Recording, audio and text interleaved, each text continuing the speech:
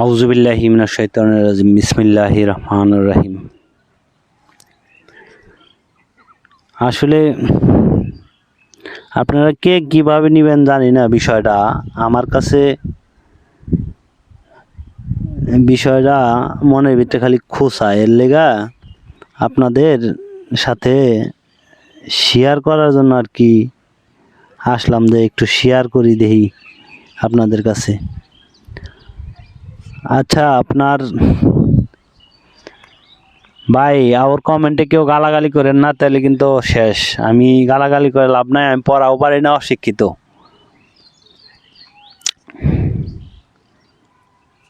সেটা হয়েছে গিয়া, এই পৃথিবীর কুল কায়নাত 18,000 মাকলুকাত সকল কিছুই আল্লাহ পাকের সৃষ্টি, আর সকল কিছুই তার হুকুমে হয়েছে। যদি তার হুকুমে না হইতো তাইলে, এটা আমার জানার ইচ্ছা আর কি, যদি আমার জানার ইচ্ছাটা ভুল হয় তাহলে আপনারা ক্ষমা করবেন। কারণ মুরব্বীরা কইছে, অনেক মানুষই কইছে, খালি মুরব্বীকে কথাগুলো ভুল হইব, যে কৃষ্ণ করলে নীলা খেলে, আমরা করলেই দোষ। আর বিষয়টা হচ্ছে এরকম, যদি আল্লাহর কথা আমরা জানতে চাই তাইলে হচ্ছে জানা যায়ও না। ইয়ার ভিতরে সেই ব্যারিকেড দিয়া রাখছে যে ইয়ার উপরে তোমরা যাইতে পারবে না। তোমরা আমার সৃষ্টি নিয়ে ভাবো, যেগুলা কিনা আমি সৃষ্টি করছি। দেখো এই আসমান, দেখো জমিন, দেখো এই পৃথিবীর 18,000 মাকলুকাত, দেখো তুমি এগুলো নিয়ে তাই সে ভাবতে কইছে। আচ্ছা, আপনাদের কাছে আমার প্রশ্ন, যদি আমরা সত্য কিছু জানতে যাই তাহলে সেখানেই বাধা চলে আসে। জানি না আমার আল্লাহ পাক কোন ইতে বলছে যে আমার সৃষ্টি নিয়ে ভাবো, তারে নিয়ে ভাবার দরকার নাই। আপনার সৃষ্টি নিয়ে আমি ভাবতাছি। এই পৃথিবীতে 18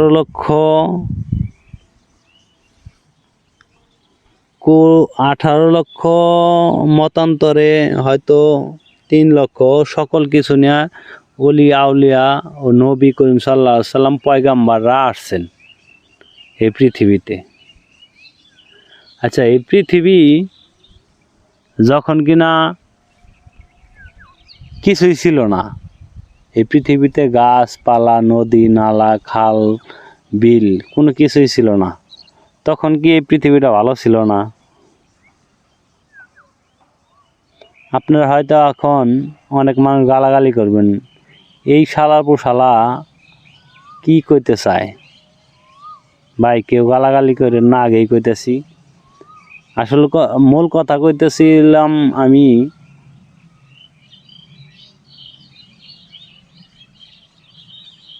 যদি এই পৃথিবীতে সকল কিছুই থাকে,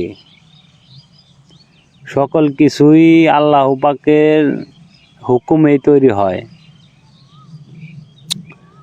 যখন এই পৃথিবীতে কিছুই ছিল না তখন আল্লাহ পাক একাই ছিল, তাহলে সে চাইলেই তো সে সব কিছু হয়ে যেত।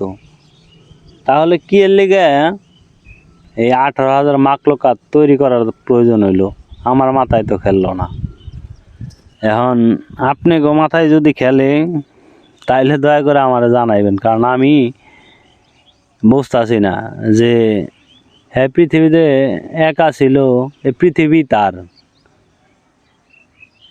ইয়ার ভিতরে হ্যাঁ গাছপালা, নদী নালা, ছাগল, হাঁস, মুরগি, এগুলো সকল কিছুই সে তৈরি করলো। তৈরি করার পরে এখন সকল কিছুই যে জীব জানোয়ার সকল কিছুই তৈরি করলো, আর এই সকল কিছুই বলে তৈরি করলো 18,000 মাখলুকাতের জন্য। 18,000 মাখলুকাতের ভিতরে শ্রেষ্ঠ জীব হয়েছে মানব, এই মানবের জন্য। আবার ইয়ার ভিতরে দেখেন শ্রেষ্ঠ জীব মানব, এই মানবরেই আবার সে বেশি ভালোবাসতো। আচ্ছা, আরেক প্রসঙ্গে আরেকদিন বলবো ওই প্রসঙ্গে। আচ্ছা, আমার কথা হয়েছে গিয়ে আল্লাহ পাক ভালোবাসবো, ঠিক আছে, সে তো এই পৃথিবী তৈরি না করেও ভালোবাসতে পারতো। আবার তৈরি করছে 18,000 মাখলুকাতের ভিতরে মানুষে। সেই মানুষগুলো আবার দেখুন, সেই মানুষগুলো এখন যদি তার কথা না শুনে, যদি তার কথা মতন সেই মানুষগুলা যদি না চলে, তাইলেই সেই মানুষের অপরাধ হয়ে যায়, তাইলেই সেই মানুষের অন্যায় হয়ে যায়। যে এই মানুষগুলা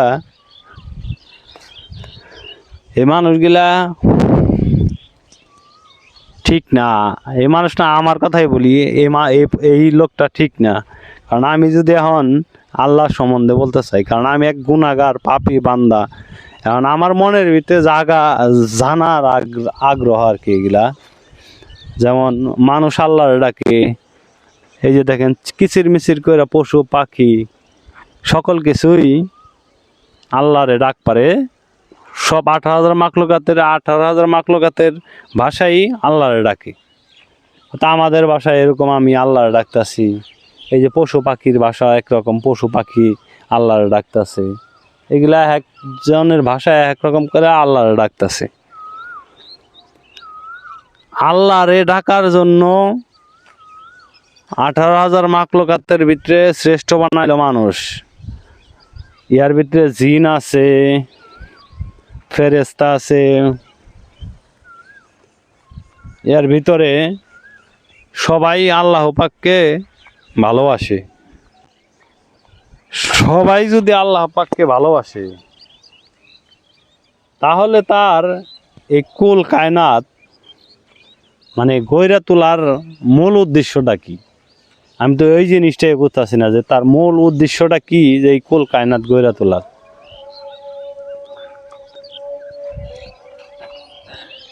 যেখানে কিনা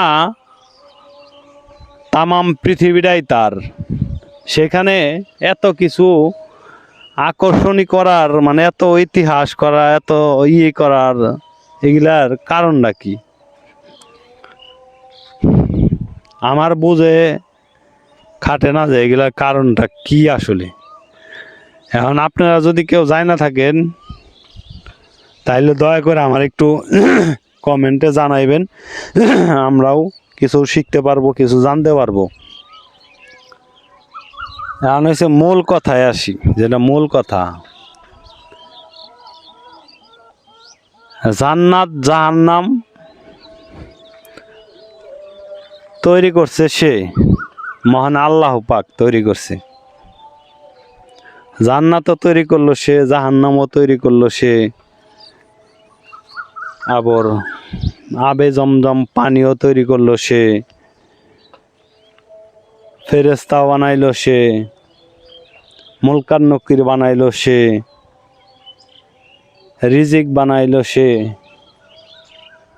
ধন সম্পদ বানাইলো সে,